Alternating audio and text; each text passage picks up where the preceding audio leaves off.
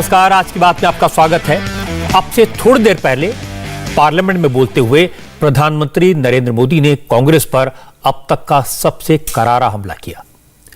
मोदी ने कहा कि कांग्रेस टुकड़े टुकड़े गैंग की लीडर बन गई है। कांग्रेस देश में विभाजन के बाद अलगाववाद के बीज बो रही है। मोदी ने कहा कि अंग्रेज 75 साल पहले चले गए, लेकिन तोड़ो और राज करो की नीति जो कांग्रेस ने अंग्रेजों से सीखी, अब कांग्रेस उस नीति पर चल रही है। मोदी ने राहुल गांधी का नाम एक बार भी नहीं लिया, लेकिन उनका इशारा राहुल गांधी की तरफ था। कांग्रेस के नेता बार बार कहते हैं कि मोदी पंडित जवाहरलाल नेहरू का नाम नहीं लेते। आज मोदी ने बार बार नेहरू का नाम लिया, नेहरू की बातें कांग्रेस को याद दिलाई और कहा, अब कांग्रेस की यह शिकायत भी दूर करना चाहता हूं कि मैं नेहरू का नाम नहीं लेता। प्रधानमंत्री ने कहा कि अहंकार में डूबी कांग्रेस को जनता नकार रही है। जिस राज्य से एक बार कांग्रेस की विदाई हुई, वहां की जनता ने दोबारा मौका नहीं दिया, लेकिन कांग्रेस समझने को तैयार नहीं। मोदी ने कहा कि कांग्रेस को आईना दिखाओ तो वो आईना ही तोड़ देगी। तमिलनाडु, उड़ीसा, त्रिपुरा, बंगाल से लेकर यूपी, बिहार और गुजरात तक मोदी ने उन तमाम राज्यों की लिस्ट गिना दी जिनमें कांग्रेस कई दशकों से सत्ता से बाहर है। क्योंकि बहस के दौरान यह इल्जाम लगाया गया कि देश में लोकतंत्र की हत्या हो रही है, लोगों की आवाज को दबाया जा रहा है, आलोचना करने का हक छीना जा रहा है। इस पर प्रधानमंत्री नरेंद्र मोदी ने कहा कि हम सब सरकार से, हम सब संस्कार से, स्वभाव से, व्यवस्था से, लोकतंत्र के प्रति कटिबद्ध लोग हैं। उन्होंने कहा कि आलोचना जीवंत लोकतंत्र का आभूषण है, आलोचना का स्वागत है, लेकिन यह ध्यान रखना चाहिए कि अंध विरोध लोकतंत्र का अनादर होता है। मोदी ने कहा, लगता है कांग्रेस ने तय कर लिया कि अगले 100 साल तक सत्ता में वापसी नहीं करनी, इसलिए हमने भी 100 साल की तैयारी कर ली है। करीब 2 घंटे लंबे भाषण के दौरान मोदी ने कई बार कांग्रेस पर करारा व्यंग किया, चुटकी ली और हंसी हंसी में कई बार गंभीर बात कही। राहुल गांधी ने कहा था कि संविधान में राष्ट्र जैसा कोई शब्द नहीं है। उन्होंने कहा था, भारत कई राज्यों को मिलाकर बना गणराज्य है। इस पर आज मोदी ने राष्ट्र का मतलब बताया, विष्णु पुराण का हवाला दिया, तमिल कवि सुब्रमण्यम भारती की कविता का हवाला दिया और इसके बाद पंडित नेहरू की किताब भारत एक खोज, डिस्कवरी ऑफ इंडिया का जिक्र किया। और इसके बाद कहा कि देश, राष्ट्र सिर्फ शब्द नहीं, हमारे लिए जीवित आत्मा का स्वरूप है। सदन में राष्ट्र को लेकर बातें हुई, ये बातें हैरान करने वाली है। इस सदन का ये कहकर भी अपमान किया गया कि हमारे संविधान में राष्ट्र शब्द नहीं आता।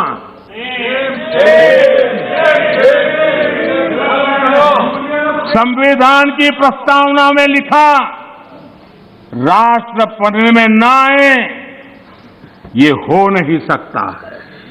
राष्ट्र कोई सत्ता या सरकार की व्यवस्था नहीं है। माननीय अध्यक्ष जी, हमारे लिए राष्ट्र एक जीवित आत्मा है।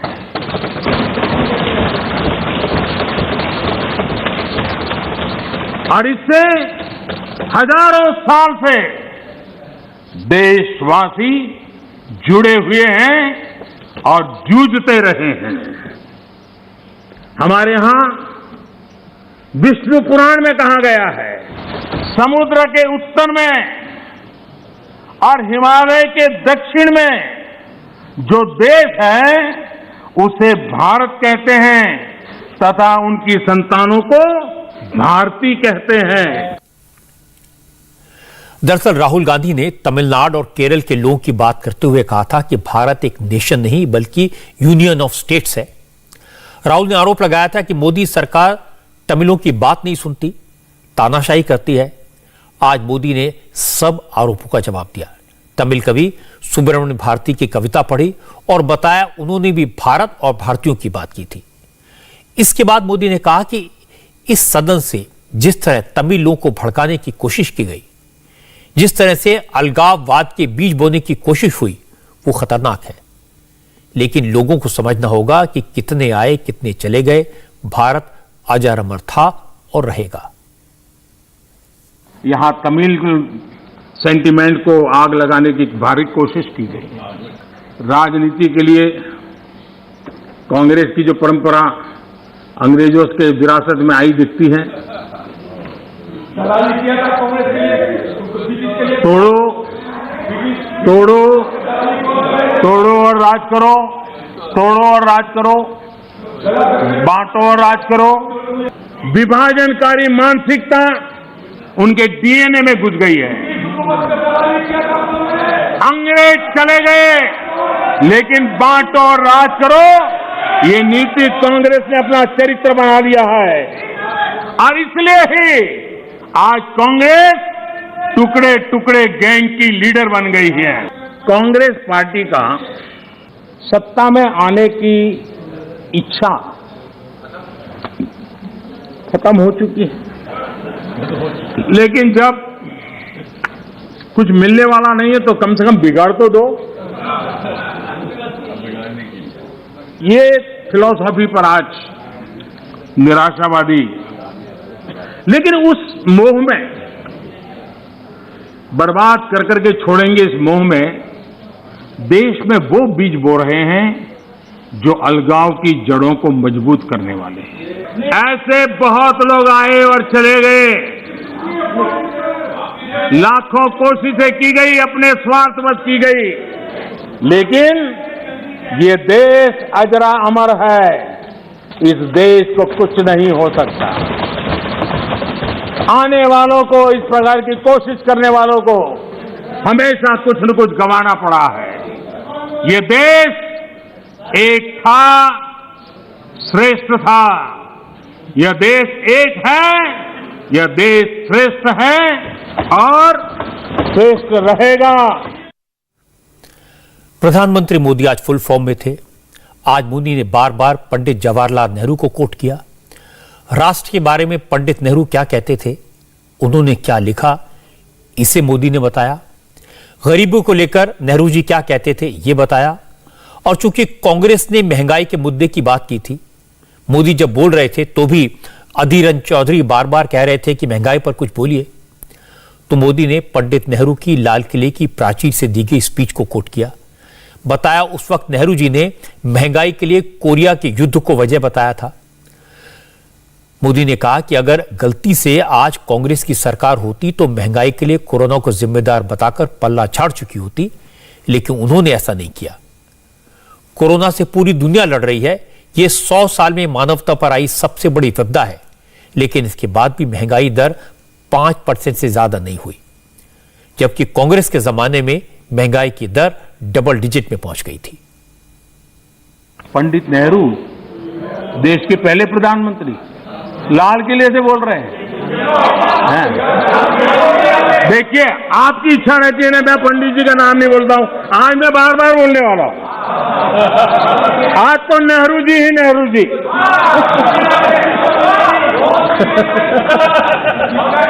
मजा लीजिए आज। आपके नेता कहेंगे मजा आ गया।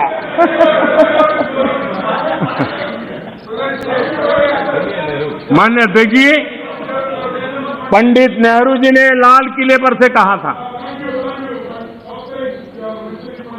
और ये उस जमाने में कहा गया था तब ग्लोबलाइजेशन इतना नहीं था, नाम मात्र का भी नहीं था। उस समय नेहरू जी लाल किले से देश को संबोधन करते हुए क्या कह रहे हैं, कभी कभी कोरिया में लड़ाई भी हमें प्रभावित करती है। इसके चलते वस्तुओं की कीमतें बढ़ जाती है। इति नेहरू जी, भारत के पहले प्रधानमंत्री। कभी कभी कोरिया में लड़ाई भी हमें प्रभावित करती है, इसके चलते वस्तुओं की कीमतें बढ़ जाती हैं और यह हमारे नियंत्रण से भी बाहर हो जाती है। देश के सामने देश का पहला प्रधानमंत्री हाथ ऊपर कर देता है, हाथ ऊपर कर देता है।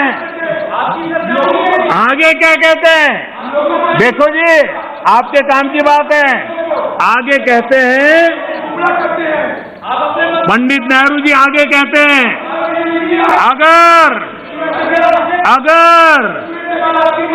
अगर अमेरिका में भी कुछ हो जाता है तो इसका असर भी वस्तुओं की कीमत पर पड़ता है। सोचिए तब महंगाई की समस्या कितनी गंभीर थी कि नेहरू जी को लाल किले से देश के सामने हाथ ऊपर करने पड़े थे। नेहरू जी ने तब कहा था, माननीय अध्यक्ष जी, अगर कांग्रेस सरकार 8 सप्ताह में होती, क्या देश का नसीब है? देश बच गया। लेकिन आज अगर आप होते तो महंगाई कोरोना के खाते में जमा करके झाड़ करके निकल जाते आप लोग। इसके बाद मोदी ने कोरोना की बात की। मोदी ने कहा कि कोरोना की पहली लहर के दौरान कांग्रेस ने थोड़े से सियासी फायदे के लिए लाखों मजदूरों को दरबदर कर दिया, कोरोना का कैरियर बना दिया।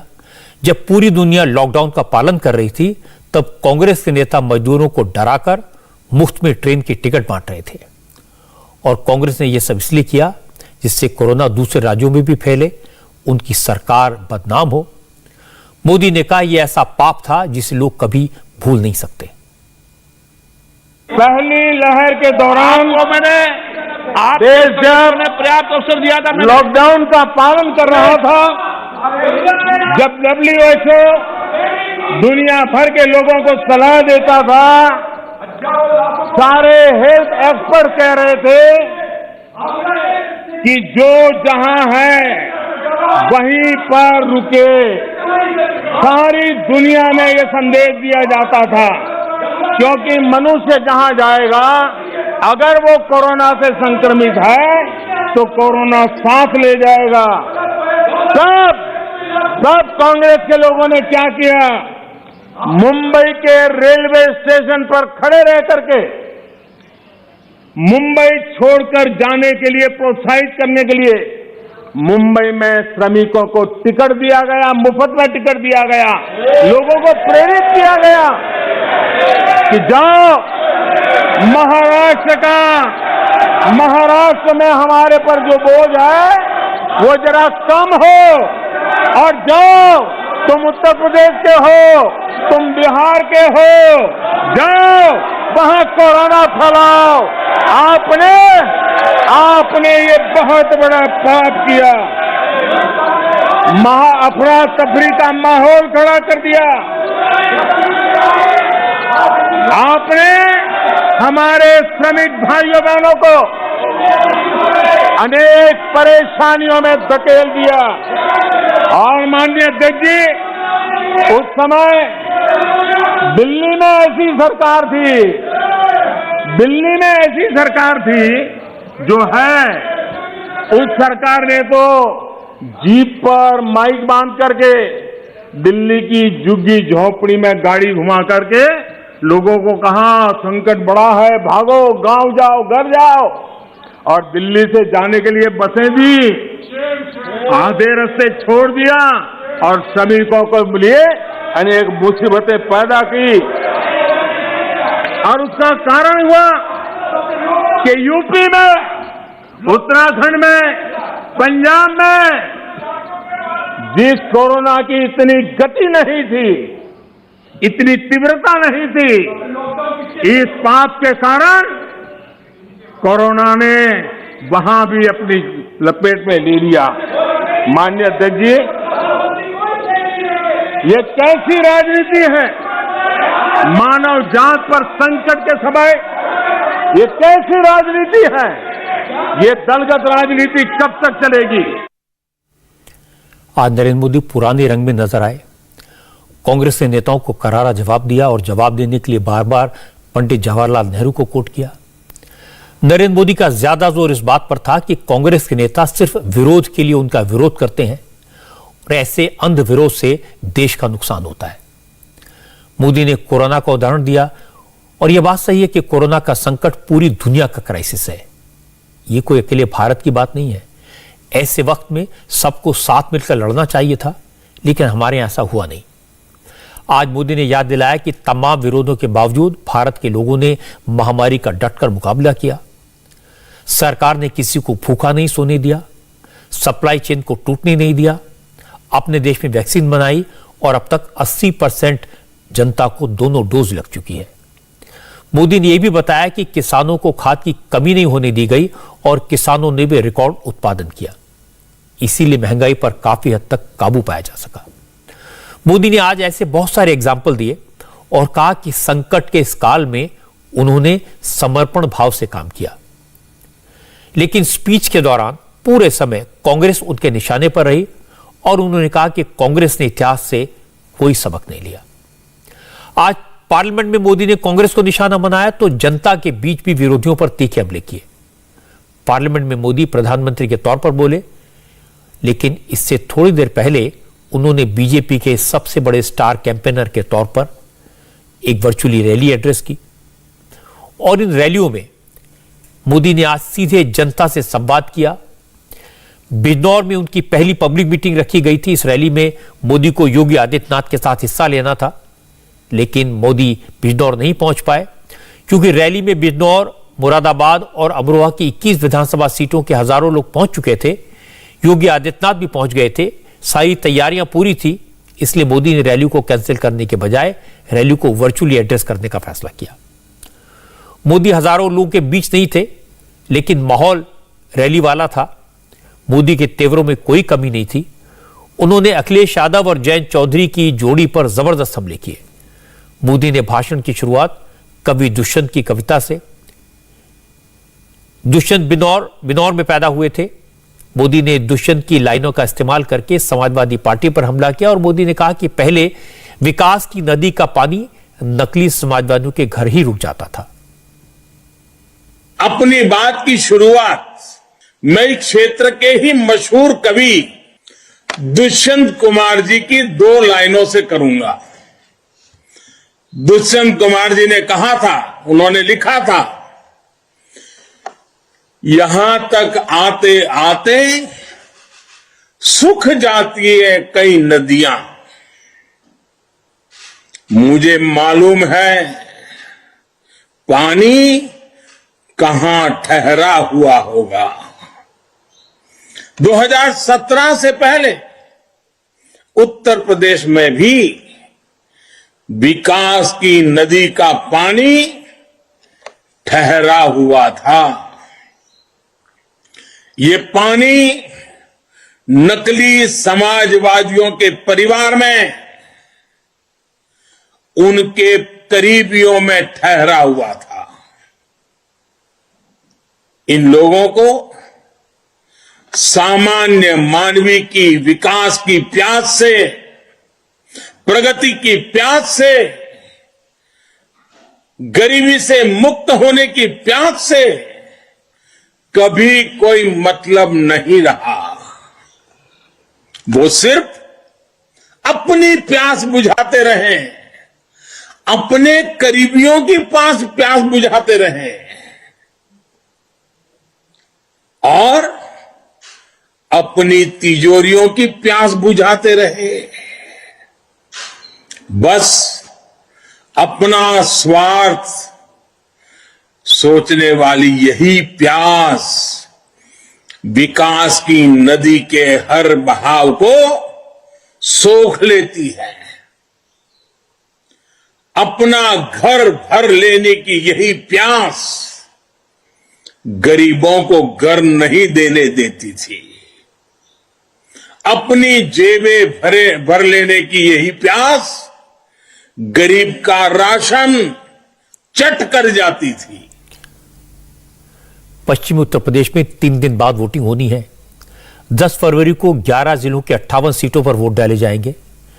क्योंकि अखिलेश यादव और जयंत चौधरी का अलायंस है, जयंत चौधरी जाटों के नाम पर वोट मांग रहे हैं और अखिलेश को मुस्लिम वोटों की उम्मीद है। इसलिए आज मोदी ने कहा, जो लोग चुनाव के वक्त सियासी फायदे के लिए जनता को जाति, पंथ, मजहब में बांटना चाहते हैं वो लोग समाज के दुश्मन हैं। मोदी ने कहा कि बीजेपी सबका साथ, सबका विकास के मंत्र पर चल रही है।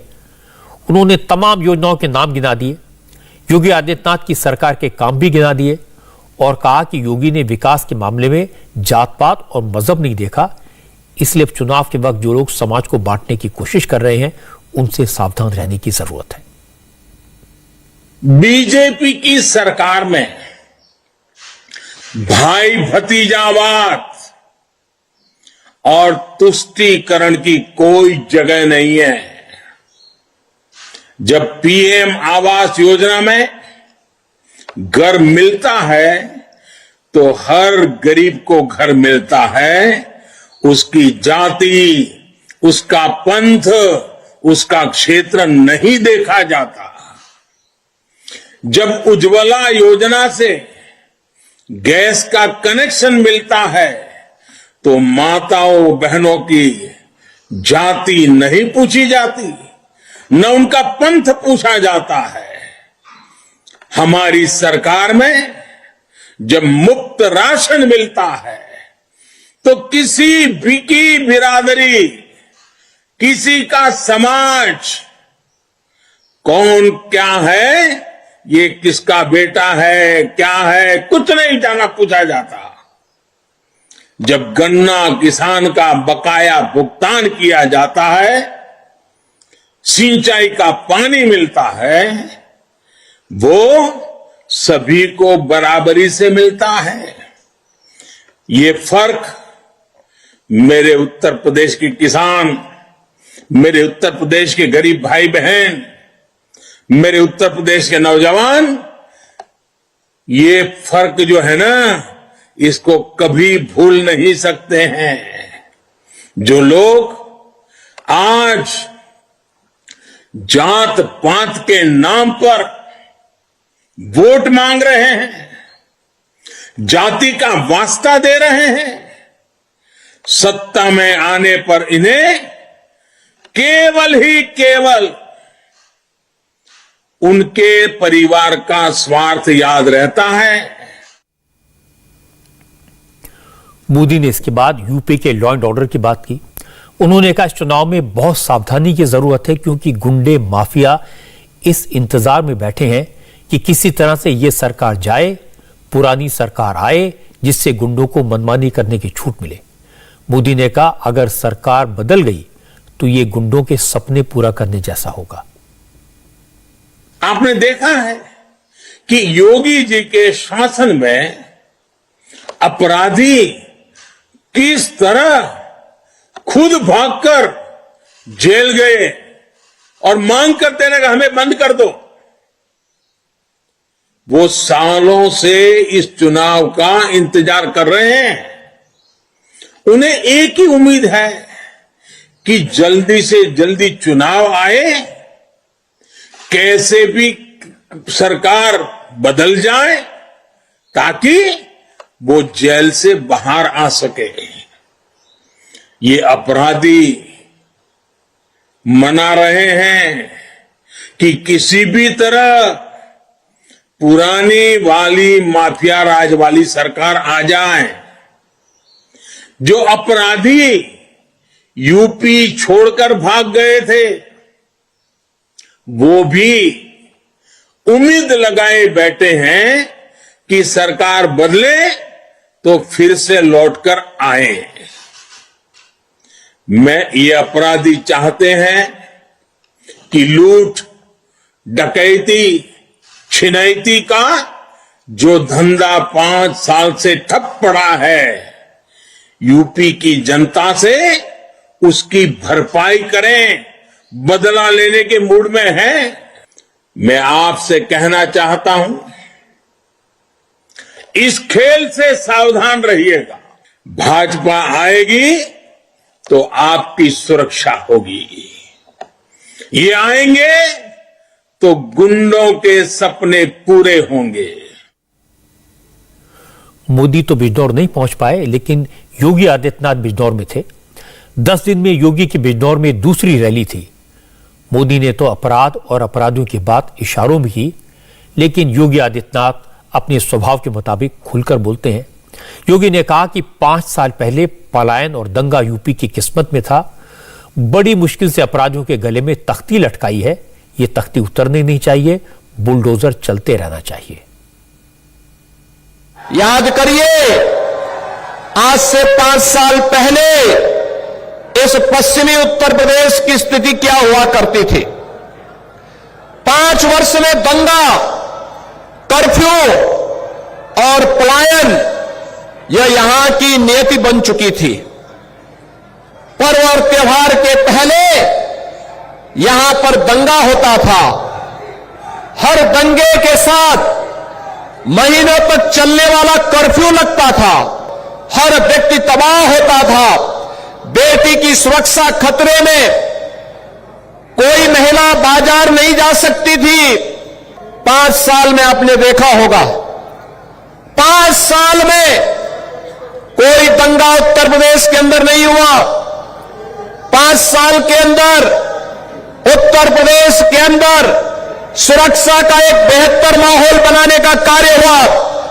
जिन अपराधियों के नाम से व्यापारी हो, सामान्य जन हो, किसान हो, बेटियां और माताएं हो, ये सब कांपती थी।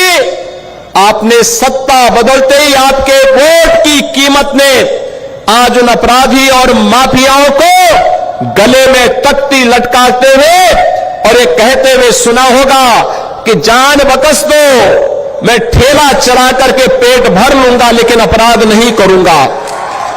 5 वर्ष पहले क्या स्थिति थी इस पश्चिम उत्तर प्रदेश में? सड़कें नहीं बनती थी, लेकिन राह पर चलने वाले राहगीरों के साथ राहजनी जरूर हो जाती थी। लोग परेशान थे, त्रस्त थे। लेकिन आज 5 वर्ष के दौरान भारतीय जनता पार्टी की डबल इंजन की सरकार ने इस नरक से मुक्ति दिला करके एक बार फिर से यहां पर विकास, सुशासन की नींव डाल करके हर एक चेहरे पर खुशहाली लाने का कार्य किया है। और इसके बाद योगी ने अखिलेश यादव और जयंत चौधरी पर डायरेक्ट अटैक किया। योगी ने कहा, जो लड़का पहले लखनऊ में बैठकर दंगे करवाता था, वो दिल्ली वाले लड़के के साथ आजकल वोट मांगने निकला है। योगी ने कहा कि इन लड़कों को अच्छे से पहचान लीजिए, ये न बदले हैं न बदल सकते हैं। याद करिए, जब मुजफ्फरनगर में दंगे हो रहे थे, तब ये 2 लड़कों की जोड़ी, भाइयों बहनों, ये 2 लड़कों की जोड़ी तब गायब थी। एक लखनऊ से दंगा करा रहा था और दूसरा दिल्ली से तमाशा देख रहा था। आपने देखा होगा ना, आज ये दंगाई कहां चले गए? आज इनको मालूम है भारतीय जनता पार्टी की सरकार है, दंगा करेंगे तो दंगे की गर्मी को चंद मिनटों में उतार करके रख दी जाएगी। डबल इंजन की सरकार एक हाथ से विकास कराती है, हाईवे है, रेलवे है, एक्सप्रेसवे है, एक हाथ से विकास का कार्य और दूसरे हाथ से माफिया प्रवृत्ति के तत्वों पर, जिन्होंने गरीबों का हड़पा है, व्यापारियों का हड़पा है, कमजोर लोगों का शोषण किया है, सत्ता जिनके लिए सेवा नहीं बल्कि शोषण का माध्यम बनी थी, उन लोगों के लिए सरकार का बुलडोजर भी तैयार है। क्योंकि पहले और दूसरे फेज में पश्चिमी उत्तर प्रदेश में वोटिंग होनी है, इसलिए आजकल सभी पार्टियों का फोकस इसी इलाके पर है। अखिलेश यादव और जयंत चौधरी आज पश्चिमी उत्तर प्रदेश में थे। सहारनपुर में अखिलेश यादव ने कहा कि योगी और मोदी झूठ बोलते हैं। इस वक्त देश में सबसे ज्यादा अपराध यूपी में हो रहे हैं। यूपी क्राइम के मामले में नंबर 1 है। भारतीय जनता पार्टी से ज्यादा झूठ बोलने वाली पार्टी कोई नहीं है। आज देश में सबसे ज्यादा असुरक्षित महिलाएं अगर कहीं हैं तो उत्तर प्रदेश में। जो महिला कमीशन को सबसे ज्यादा शिकायतें अगर देश में कहीं से आई हैं तो उत्तर प्रदेश से आई हैं। कस्टोडियल डेथ सबसे ज्यादा उत्तर प्रदेश में हुई है। नेशनल ह्यूमन राइट कमीशन जो भारत सरकार का है, सबसे ज्यादा नोटिस उत्तर प्रदेश सरकार को दी हैं। सबसे ज्यादा फेक इनकाउंटर अगर कहीं हुए तो उत्तर प्रदेश में हुए। किसान आंदोलन में न जाने कितने किसानों को झूठे मुकदमे लगाए गए। ट्रॉली लेकर के गए तो मुकदमे लगे, डीजल भरवाने गए तो मुकदमे लगे। आपने और हमने देखा कि किस तरीके से गृह राज्य मंत्री के बेटे ने गाड़ी चढ़ा दी किसानों पर। सरकार बचाना चाहती थी, संविधान और कानून को जिस तरीके से किसानों को कुचला उसी तरीके टायर से कुचलना चाहती थी। इसलिए भारतीय जनता पार्टी लगातार झूठ बोल रही है। अखिलेश के आरोपों पर, योगी के दावों पर फैसला जनता को करना है। अखिलेश और जयंत चौधरी को उम्मीद है किसानों से, जाट समाज से, लेकिन आज मोदी ने इस इशू पर भी साफ साफ बात की। मोदी ने कहा कि नकली समाजवादियों की सरकार के वक्त गन्ने की पर्ची से लेकर पेमेंट तक दलालों का ही कब्जा था, लेकिन योगी ने सरकार बनाई, उसके बाद बिना किसी भेदभाव के सबसे ज्यादा गन्ना भी खरीदा, गेहूं भी खरीदा। मोदी ने कहा कि जो लोग चौधरी चरण सिंह के नाम पर किसानों को बहकाने की, गुमराह करने की कोशिश कर रहे हैं, वो असलियत में चौधरी चरण सिंह के नाम पर सिर्फ वोट लेना चाहते हैं। चौधरी साहब के रास्ते पर तो बीजेपी चल रही है। मोदी ने कहा कि चुनाव के वक्त जो लोग मुफ्त बिजली, दोगुनी पेंशन, 4 गुना एमएसपी जैसे वादे कर रहे हैं, वो असल में जनता की नहीं, अपनी भलाई के जुगाड़ में लगे हैं। पहले की सरकारों में गन्ने की पर्ची से लेकर गन्ना बकाये के भुगतान तक हर जगह नकली समाजवादियों का ही बोलचाल था, उन्हीं का राज था। चौधरी चरण सिंह जी के आदर्शों को, उनके आदर्शों को अपनाते हुए हर किसान का सम्मान, ये हमारा ध्येय है। ये जो लोग आज चौधरी चरण सिंह की विरासत की दुहाई देकर आपको बरगलाने की कोशिश कर रहे हैं, आपको एक और बात बताता हूं, आपको जानकर आश्चर्य होगा। पहले की सरकार में गेहूं की जितनी सरकारी खरीद हुई थी, योगी जी की सरकार ने उससे 2 गुना से भी ज्यादा गेहूं एमएसपी पर खरीदा है।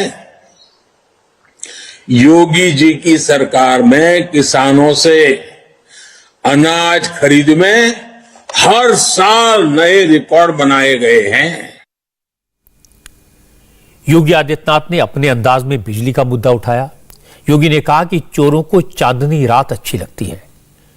जो मुफ्त बिजली का वादा कर रहे हैं, अगर वो सत्ता में आ गए तो प्रदेश को अंधेरे में डुबो देंगे। साल पहले बिजली मिलती थी, आज तो बिजली मिल रही है ना। भाइयों बहनों, सपा बसपा के लोग अंधेरे में रहने के आदी थे। एक कहावत है ना, चांदनी रात चोरों को अच्छी लगती है। वे डकैती इसी में डलवाते थे। विकास के कार्यों में डकैती हो, अराजकता हो, राहजनी हो, छिनेती हो, ये उसी अंधेरे में वे लोग डलवाते थे। लेकिन आज बिजली की रोशनी से हर घर जगमगा रहा है। प्रधानमंत्री मोदी जी ने गरीब को घर भी दिया, हर घर तक बिजली भी पहुंचाया, हर घर तक रसोई गैस का कनेक्शन भी पहुंचाया और 15 करोड़ गरीबों को फ्री में राशन की सुविधा का लाभ भी किसी ने दिया है। यह प्रधानमंत्री मोदी जी के कारण प्राप्त हो रहा है, भारतीय जनता पार्टी के कारण प्राप्त हो रहा है। चूंकि मोदी ने चौधरी चरण सिंह का नाम लिया तो जयंत चौधरी ने जवाब दिया। जयंत ने कहा कि जनता के मूड और पश्चिमी उत्तर प्रदेश के मौसम का अंदाजा मोदी को हो गया है, इसीलिए धूप खिली थी। इसके बावजूद मोदी मौसम का बहाना बनाकर रैली में नहीं आए। जयंत चौधरी ने कहा कि मोदी ने खुद चौधरी चरण सिंह के नाम पर जो वादे किए थे वो आज तक पूरे नहीं किए। चूंकि जनता उन वादों पर सवाल पूछती, जवाब था नहीं, इससे बचने के लिए मोदी रैली में आए ही नहीं। अभी मुझे पता लगा योगी जी कह रहे हैं कि सर्दी कर दूंगा, शिमला पहुंचा दूंगा। बिजनौर में कड़ी धूप निकली हुई है, यहाँ भी धूप निकली हुई है, मौसम बिल्कुल साफ है। देखो मौसम साफ है ना। बिजनौर में हम बड़ी उत्सुकता से सुन रहे थे कि आज मोदी जी वहां जा रहे थे और कुछ ना कुछ वो सफाई देते। मैं तो ये सोच रहा था, क्योंकि बिजनौर में जब वो गए थे 2017 में उन्होंने बिजनौर की धरती से घोषणा की थी कि चौधरी चरण सिंह जी के नाम से हम किसानों के लिए नई योजना बनाएंगे, और 5 साल चौधरी चरण सिंह जी का नाम नहीं लिया गया, ना कोई योजना सरकार बना पाई। तो मैं तो सोच रहा था आज वहां बिजनौर जाएंगे तो उनसे सवाल पूछा जा सकता है और वो कुछ ना कुछ जवाब दे सकते हैं, सफाई दे सकते हैं, लेकिन भाजपा का मौसम इतना खराब हो गया कि बिजनौर का उन्होंने प्रोग्राम ही कैंसिल कर लिया। बताओ, मुफ्त बिजली, पुराने पेंशन की बहाली, हर फसल की एमएसपी तय करने जैसे अखिलेश यादव के वादों को बीजेपी चुनावी जुमले बता रही है। लेकिन अखिलेश यादव ने आज सहारनपुर में फिर कहा कि उनकी सरकार बनी तो सारे वादे पूरे होंगे, कुछ भी करना पड़े, गन्ना किसानों को गन्ने का भुगतान 15 दिन के भीतर होगा। 300 यूनिट घरेलू बिजली फ्री होगी, साथ ही साथ हमारे किसानों के लिए सिंचाई मुफ्त होगी, किसानों को कोई पैसा सिंचाई का देना नहीं पड़ेगा। इसी तरह लगातार कर्मचारी जो सरकारी हैं, समय समय पर पुरानी पेंशन को बहाल करने के लिए और पुरानी पेंशन के लागू करने के लिए लगातार वो आंदोलन कर रहे थे। लगातार वो पॉलिटिकल पार्टीज के लोगों से समय समय पर मिले हैं। समाजवादी पार्टी ने तय किया है सरकार बनने के बाद गठबंधन की सरकार जो होगी उसमें जो पुरानी पेंशन बहाल हमारे कर्मचारी चाहते हैं, समाजवादी सरकार बनने पर पुरानी पेंशन बहाल करने का काम किया जाएगा। किसान लगातार आंदोलन करता है, जो गन्ना का भुगतान है समय समय पर किसान को मिलों के सामने या अधिकारियों के सामने धरना देना पड़ता है, सरकार तक अपनी आवाज पहुंचानी पड़ती है।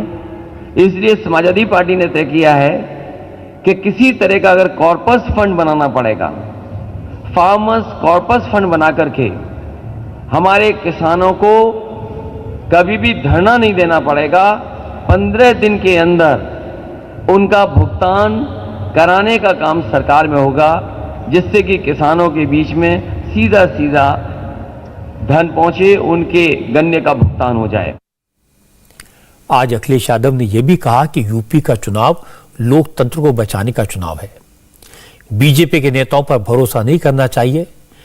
जिस वक्त अखिलेश यादव सहारनपुर में लोकतंत्र बचाने की बात कह रहे थे, उस वक्त योगी आदित्यनाथ मुजफ्फरनगर में पब्लिक मीटिंग कर रहे थे। यहां योगी ने कहा कि समाजवादी पार्टी को न लोकतंत्र से मतलब है न विकास से। ये चुनाव से पहले बड़े बड़े वादे करते हैं और अगर जीत जाते हैं तो कब्रिस्तान की दीवारें बनवाते हैं। इस रैली में योगी ने पूछा, आखिर समाजवादी पार्टी या बीएसपी ने क्या विकास किया? और फिर इस सवाल का जवाब भी खुद योगी ने दिया। कहा कि पहले की सरकारों का विकास सिर्फ कब्रिस्तान की दीवारों की शक्ल में दिखता था। मैं पूछना चाहता हूं, समाजवादी पार्टी और बहुजन समाजवादी पार्टी और कांग्रेस की सरकार का भी कोई विकास है क्या? उनके समय में बिजली मिलती थी क्या? उनके समय में फ्री में राशन मिलता था क्या? और उनके समय में गंगा नहर की सड़क क्या बनी थी? क्या वे विकास कार्यों में रुचि लेते थे? अब देखिए, वैसे उन्होंने एक विकास कराया है, सुनेंगे? उन्होंने एक विकास कराया है, वह कराया है कब्रिस्तान की बाउंड्री वाल का। कहां का विकास कराया उन्होंने? कब्रिस्तान की बाउंड्री वाल का कराया है ना। तो वोट मांगने के लिए आएंगे तो उनसे क्या बोलना है कि कब्रिस्तान में जाइए, वहीं से वोट भी।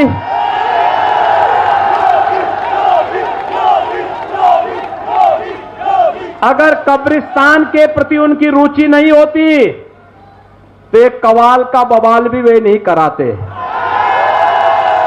मालूम है ना, ये विक्रम सैनी जेल गए थे ना, दिखने के लिए लंबे पतले हैं, लेकिन जब उस समय उन दंगाइयों को जवाब देना था और एक भ्रष्ट और बेईमान सरकार को सबक सिखाना था, तो संजीव बालियान और ये विक्रम सैनी ही जेल जाने के लिए आए थे उस समय। 1 साल 13 दिन जेल में थे।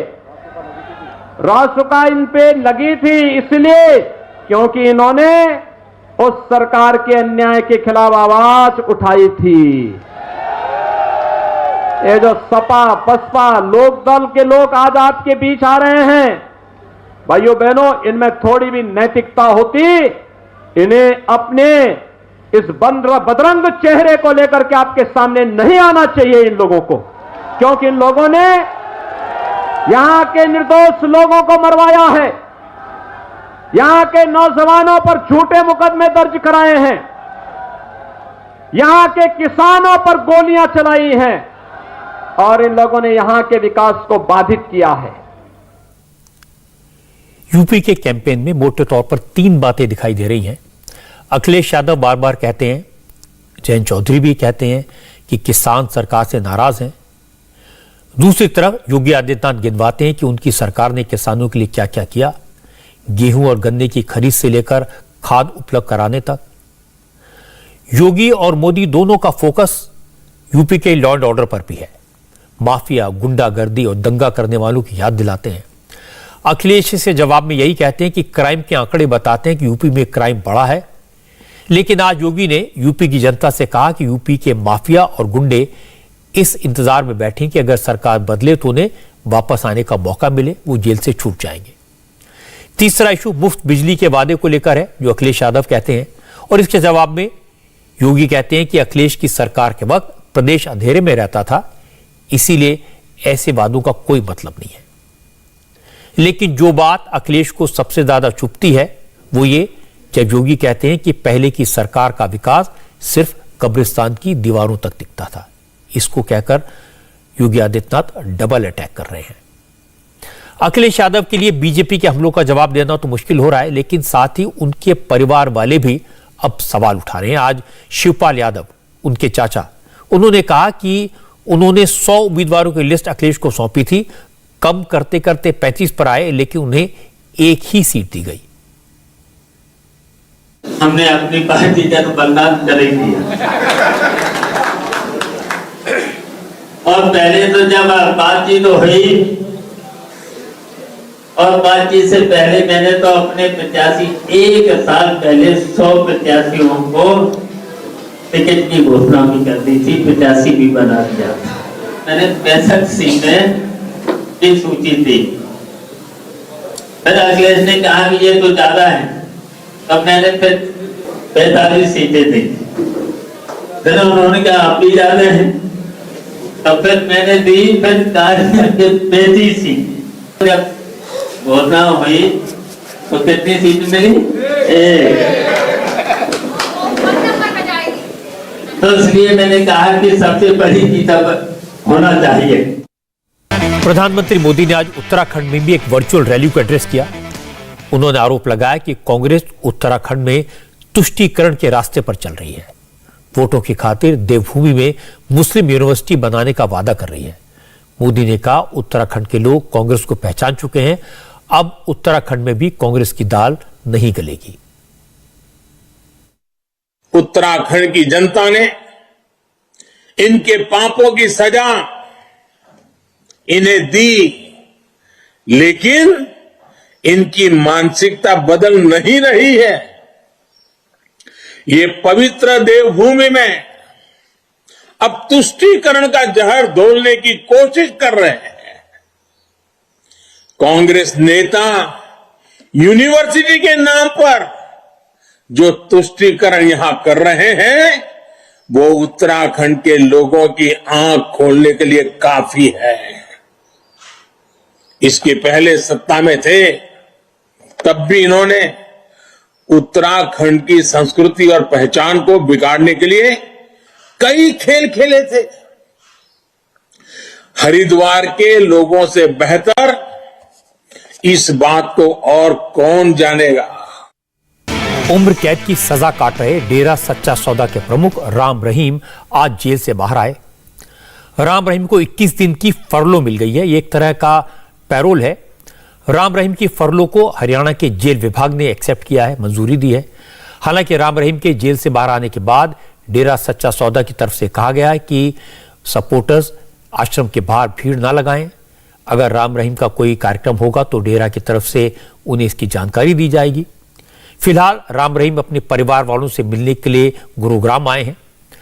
अगस्त 2017 में राम रहीम को मर्डर और रेप के आरोप में उम्र कैद की सजा सुनाई गई थी।